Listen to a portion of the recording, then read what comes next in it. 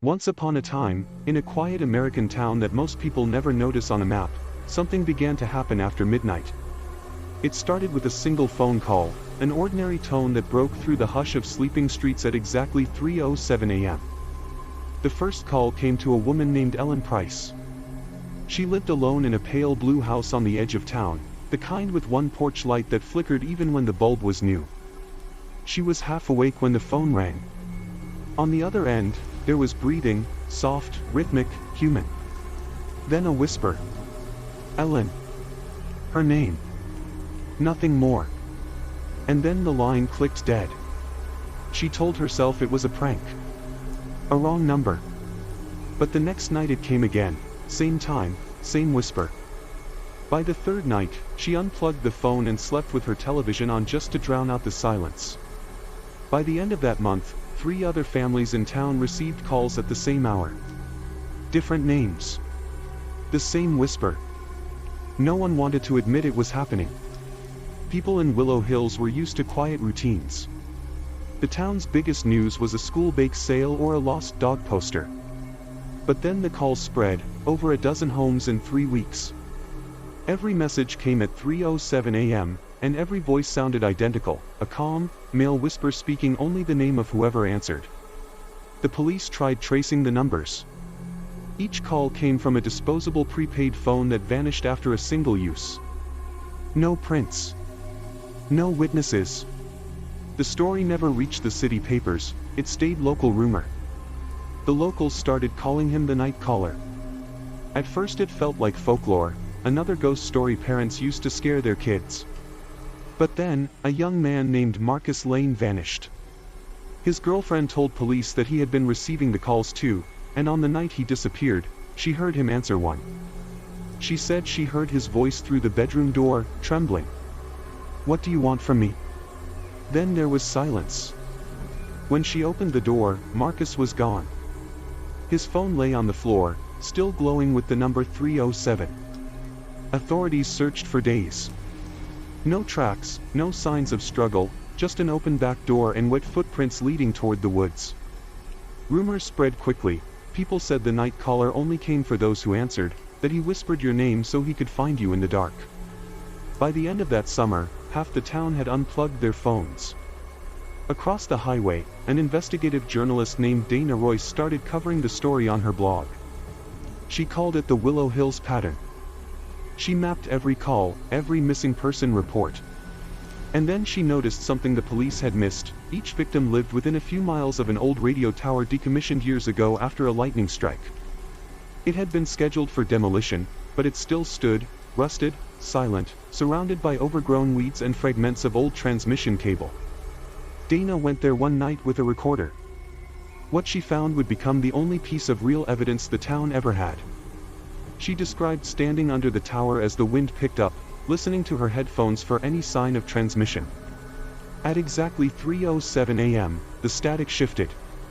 Beneath it, she heard a voice whisper a name. Not hers, but Adam. When she replayed the tape later, the voice was still there. A single word buried under layers of noise, almost too faint to catch. The next morning, Dana posted the audio online with the caption, "The Night Caller isn't calling from a phone. He's calling from somewhere else." The post went viral. And then Dana disappeared. After Dana vanished, Willow Hills went silent again. The blog was deleted, her social accounts wiped clean. Police said she must have gone off-grid, maybe to escape the chaos she helped create. But people in town didn't believe that. Somewhere deep down, everyone knew the truth. The Night Caller had found another name to whisper. For a few weeks, things were calm. Then the phones began ringing again. This time it wasn't just in Willow Hills. Calls came from towns miles away, Clearwater, Maple Junction, even as far as Chicago's outer suburbs. Always at 3:07 a.m. Always a single whisper of a name. A local news station ran a short segment about it, dismissing it as a hoax fueled by internet hysteria. But one of the producers, a man named Thomas Weller, saved the footage of their anonymous tip line. He said he received something the others didn't, a voicemail. The message was short.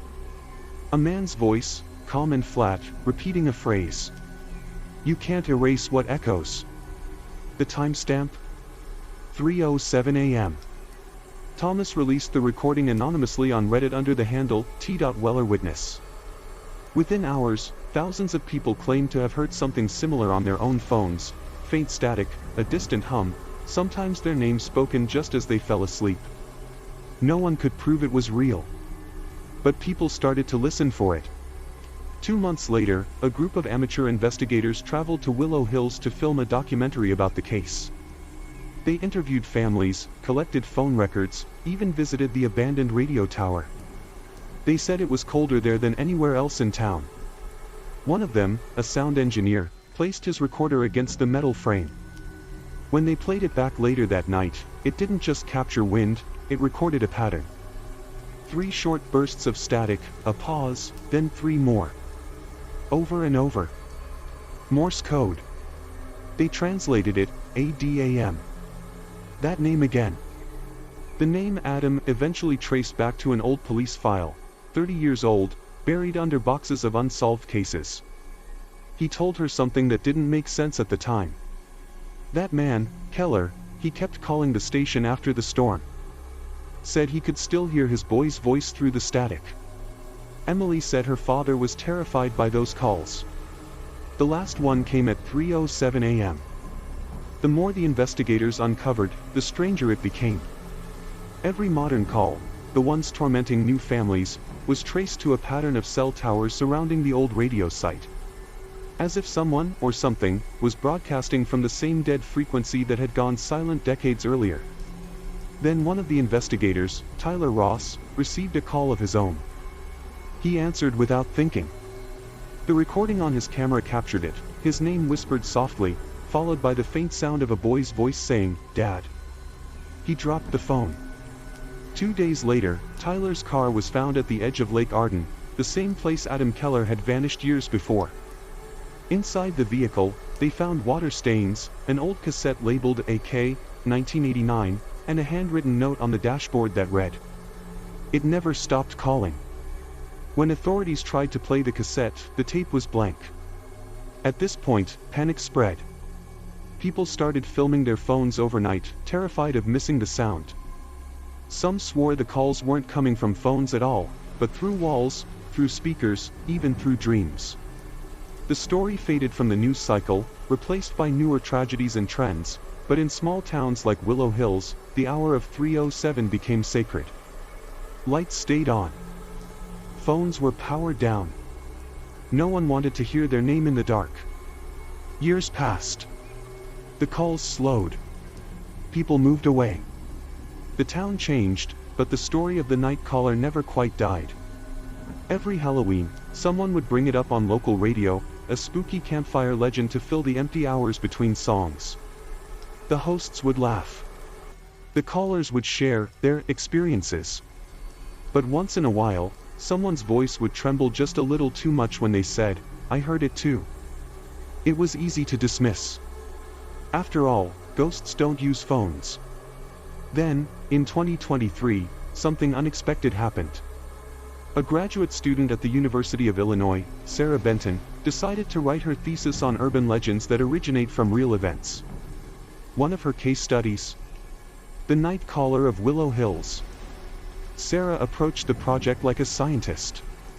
She tracked down records, interviewed surviving relatives of those connected to the original case, and even obtained an archive recording from the decommissioned radio tower. She wanted to prove the whole thing was mass hysteria, shared fear amplified by the internet. But what she found was something that even logic couldn't explain. Sarah discovered that the frequency used by the tower, 93.07 MHz, was never officially deactivated.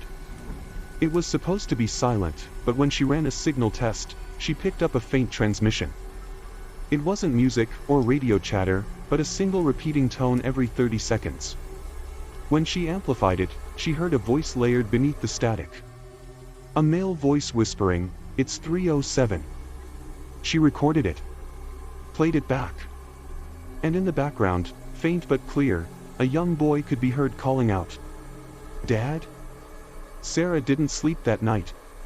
The next morning, she drove to Willow Hills, to the overgrown field where the radio tower still stood. Rusted, broken, surrounded by weeds, it leaned slightly to one side like an old tree about to fall. She set her camera on the ground and started to record. "This is Benton, Sarah," she said. "Conducting final survey of site related to 307 signal." At 3:05 a.m., the wind stopped. The air went perfectly still. She described later that she could hear nothing, not even her own heartbeat. Then, at 3:07 a.m., her radio crackled to life. "Sarah!" She froze. The whisper was soft, almost pleading. Not mechanical, human. And then came a second voice, younger, trembling. "Dad, please, come home." Her camera kept rolling. Through the static, she saw movement at the base of the tower, a faint shimmer of light reflected on wet metal.